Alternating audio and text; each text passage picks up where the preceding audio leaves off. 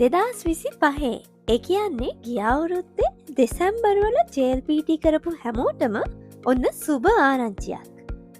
අද ඒ කියන්නේ ජනවාරි 30 වෙනි සිකුරාදා ඔයාලගේ JLPT ප්‍රතිඵල නිකුත් වෙනවා. ගොඩක් අය මග බලන් හිටියේ මේ දවස එනකන්නේ. ඉතින් අද අපි මේ වීඩියෝ එකෙන් කතා කරමු කොහොමද හරියටම රිසල්ට්ස් බලන්නේ, රිසල්ට්ස් බැලුවට පස්සේ මොකද කරන්න ඕනේ සහ ඊළඟ එක්සෑම් එකට ලෑස්ති වෙන්නේ කොහොමද කියලා. මුලින්ම අපි බලමු රිසල්ට්ස් චෙක් කරන්නේ කොහොමද කියලා. ජපානයේ ඉන්න අයට රිසල්ට්ස් නිකුත් වෙන්නේ ජනවාරි 30 වෙනි සිකුරාදා MyJLPT කියන account එකට log වෙලා රිසල්ට්ස් බලන්න පුළුවන්. ලංකාවේ ඉන්න අය රිසල්ට්ස් බලන්න ඕනේ වෙලාව පොඩ්ඩක් වෙනස්. ජපාන වෙලාවෙන් උදේ 10 කියන්නේ ලංකාවේ වෙලාවෙන් උදේ 6:30. ලංකාවේ අයට ජනවාරි 30 වෙනි සිකුරාදා ලංකාවේ වෙලාවෙන් උදේ 6:30ට රිසල්ට්ස් බලන්න පුළුවන්. කලින් පාර ගොඩක් අය මැසේජ් දාලා තිබ්බා අනේ සෙන්සර් රිසල්ට්ස් වැටලා නැහැ මොකද්ද ප්‍රශ්නේ කියලා. හරියටම 6:30ටම රිසල්ට්ස් බලන්න පුළුවන් වෙන්නේ නැහැ.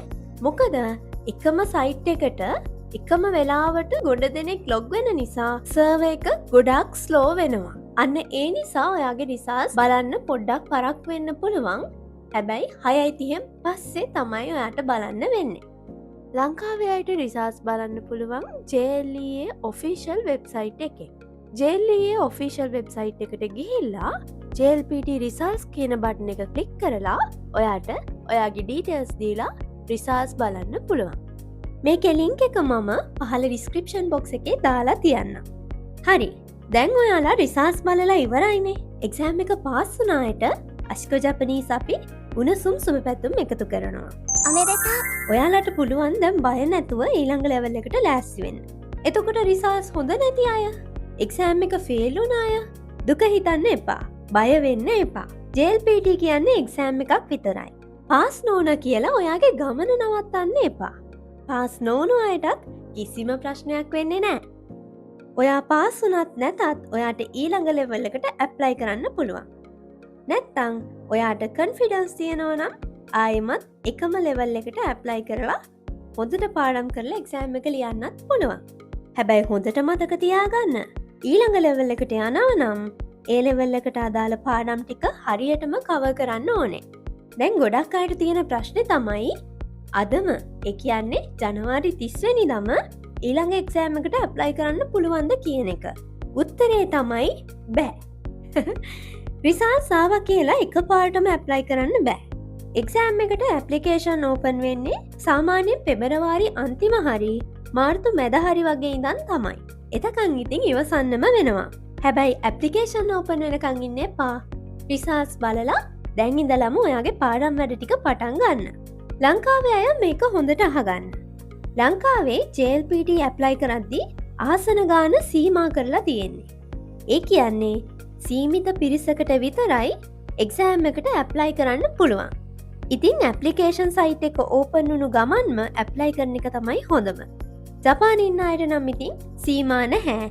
සාමාන්‍යයෙන් ඇප්ලයි කරන්න ලැබෙන කාලය අතරතුර ඕනම දවසක නිදහසේ ඇප්ලයි කරන්න පුළුවන්.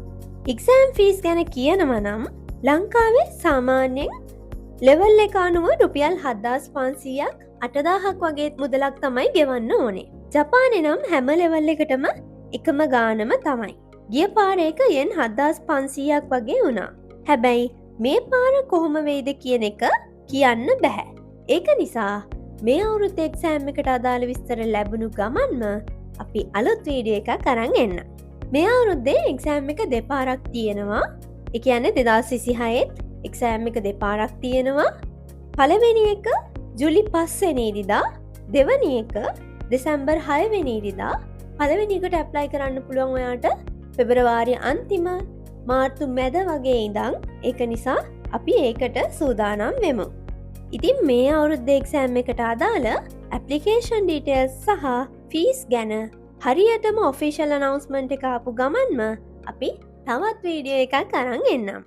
ඒ නිසා දිගටම අශිකෝ ජපනීස් අපිත් එක්ක එකතු වෙලා ඉන්න. channel එක subscribe කරලා bell button එකත් click කරලා තියාගන්න. යාළුවන්ටත් බලන්න share කරන්න අමතක කරන්න එපා. ඔන්න ආයෙම කියනවා අද එන රිසල්ට්ස් බලලා බැරි වෙලාවත් රිසාස් හොඳ නැති අය ෆෙල්ලුන අය ඉන්නවනම් කලබල වෙන්න එපා දුක් වෙන්න එපා අපි මේ පාර ජූලි එක්සෑම් එක කොහොම හරි ගොඩ දාමු ප්‍රශ්න තියෙනවා නම් ඕනම වෙලාවක අපිට WhatsApp මැසේජ් එකක් දාන්න නැත්නම් පහලින් කමෙන්ට් කරන්න එහෙනම් තවත් වීඩියෝ එකකින් හමු වෙමු ජා සයෝනරා ගම්බත් එක්ක දසයි